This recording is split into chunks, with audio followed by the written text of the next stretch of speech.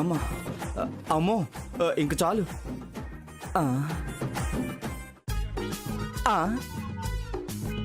అదేంటి నాయుడు బావా, గోడ కొట్టిన బంతిలా అలా తిరిగి వచ్చేసావు? ఏమైంది? ఏమి కాలేదు. అంటే శోభనం కాలేదా?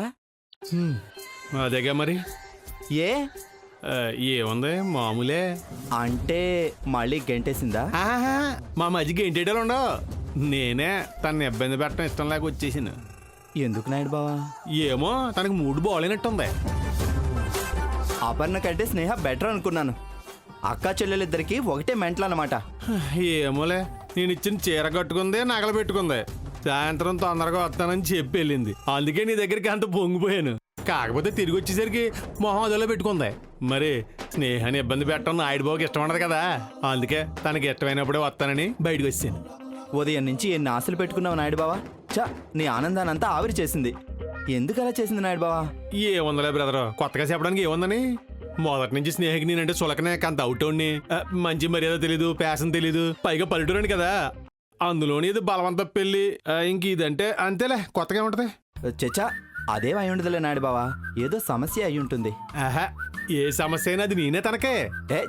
ఏం నాయుడు బావా, నువ్వు సమస్య ఏంటి? తన సమస్యకి సొల్యూషన్ నువ్వు అనుకుంటున్నావు, మరి స్నేహ అనుకోవాలి కదా. అలా అనుకోవట్లే. స్నేహ అనుకునే టైం త్వరలోనే వస్తుంది నాయుడు బావా.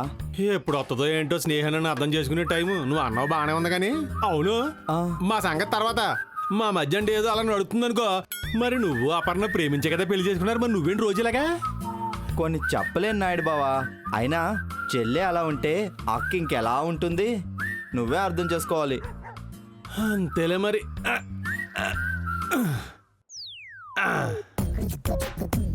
అలా అని నేనేం వెనకడుగు వేయట్లేదు. ఓ రేంజ్ లో ప్రయత్నాలు జరుగుతున్నాయి. త్వరలో రిజల్ట్ కూడా వచ్చేస్తుంది. అయితే ప్రస్తుతానికి మన ఇద్దరిది వెయిటింగ్ ఇచ్చానమాట. అయినా పర్లేదు బ్రో, మన బెర్తలు కన్ఫర్మ్ అయ్యే రోజు త్వరలోనే వస్తుంది. మనకు కూడా హ్యాపీ డేస్ వస్తాయి. నాయుడు బావా, నీ నవ్వు చూస్తుంటే నా మాట మీద నీకు నమ్మకం లేనట్టు కనిపిస్తుంది. అయినా నాయుడు బావా, నీ శోభనం క్యాన్సిల్ అయినందుకు నేను బాధపడాలో, నా కంపెనీ దొరికినందుకు సంతోషపడాలో అర్థం కావడం లేదు. పోన్లే బ్రదర్, బాధపడకు. ఏం చేస్తాం, ఏది ఎలా జరగాలో అలా జరుగుద్ది. ఇదిగా మనకు వాళ్ళు తోడు లేకపోయినా మనకు మనం తోడుగా ఉన్నాం కదా, చాలు. నువ్వు ఫీల్ అవునంటే ఈ సందర్భంలో ఒక జోక్ చెప్తా. జోకే కదా, చెప్పు. ఇంకెందుకు ఆలస్యం? ఫ్లవర్స్ పై మనం పడుకుంటే ఫస్ట్ నైట్, అదే ఫ్లవర్స్ మనపై పడుకుంటే లాస్ట్ నైట్.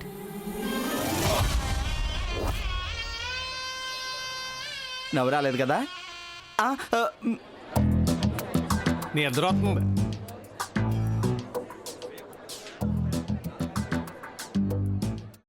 అమ్మా, అలాంటి వాళ్ళది నిజమైన ప్రేమ కాదు, అది వ్యామోహం.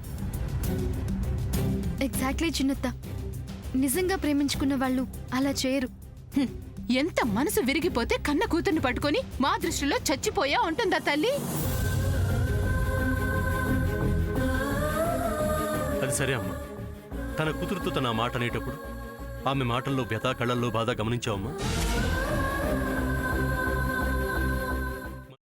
పెద్దబాబుకు బర్త్డే విషెస్ చెప్పు కూడా వెళ్ళాం కదా.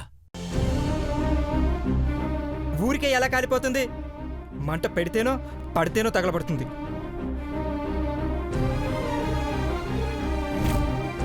కరెక్ట్ చిన్నబాబు, నీకొచ్చినట్టే నాకు డౌట్ వచ్చింది. పార్వతే షర్టును తగలబెట్టిందనుకుంటా.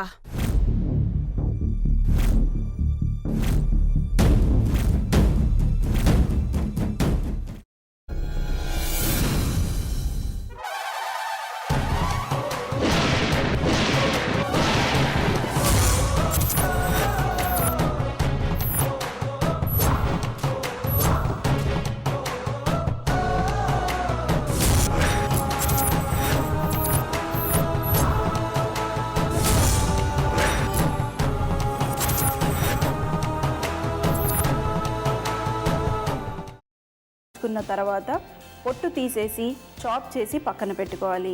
ఒక పాన్లో కొద్దిగా నూనె వేడి చేసి అందులో ఆవాలు, మినప్పప్పు, శనగపప్పు, కరివేపాకు, సన్నగా తరిగి పెట్టుకున్న ఉల్లిపాయలు వేసుకుని 1 నిమిషం పాటు వేయించుకోవాలి. ఆ తర్వాత కాల్చి కట్ చేసి పెట్టుకున్న వంకాయని కూడా అందులో వేసుకుని బాగా మిక్స్ చేసి బౌల్లోకి ట్రాన్స్ఫర్ చేసుకుని అందులో తగినంత చిక్కటి పెరుగు లేదా పల్చటి పెరుగు వేసుకుని మిక్స్ చేసి అన్నంతో కానివ్వండి, చపాతీతో కానివ్వండి సర్వ్ చేసినా చాలా బాగుంటుంది.